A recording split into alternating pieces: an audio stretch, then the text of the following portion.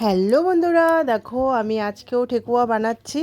তো এর আগেও তোমাদেরকে ঠেকুয়া বানানো দেখিয়েছি, তো আজকে আবার দেখাচ্ছি তোমাদেরকে।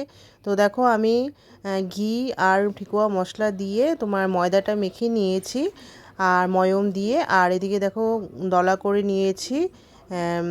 আর এদিকে হলো সাজে ঠেকুয়াটা বানিয়েও নিয়েছি।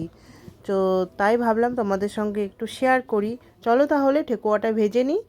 এই যে দেখো তেল গরম হয়ে গেছে, রিফাইন তেলে ভেজে নিচ্ছি আমি। ঠেকুয়া দিয়েও দিলাম একটা। তো একে একে অনেকগুলো দিয়ে ঠেকুয়াটা ভেজে নিব লাল করে। তো দেখতে থাকো।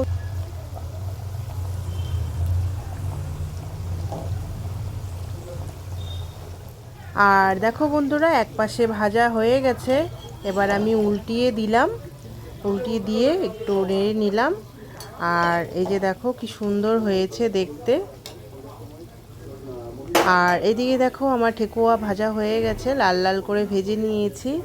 আর তোমাদের কেমন লাগলো একটু কমেন্ট করে জানিও। আর তোমরা সবাই ভালো থেকো, সুস্থ থেকো। Tata, good night.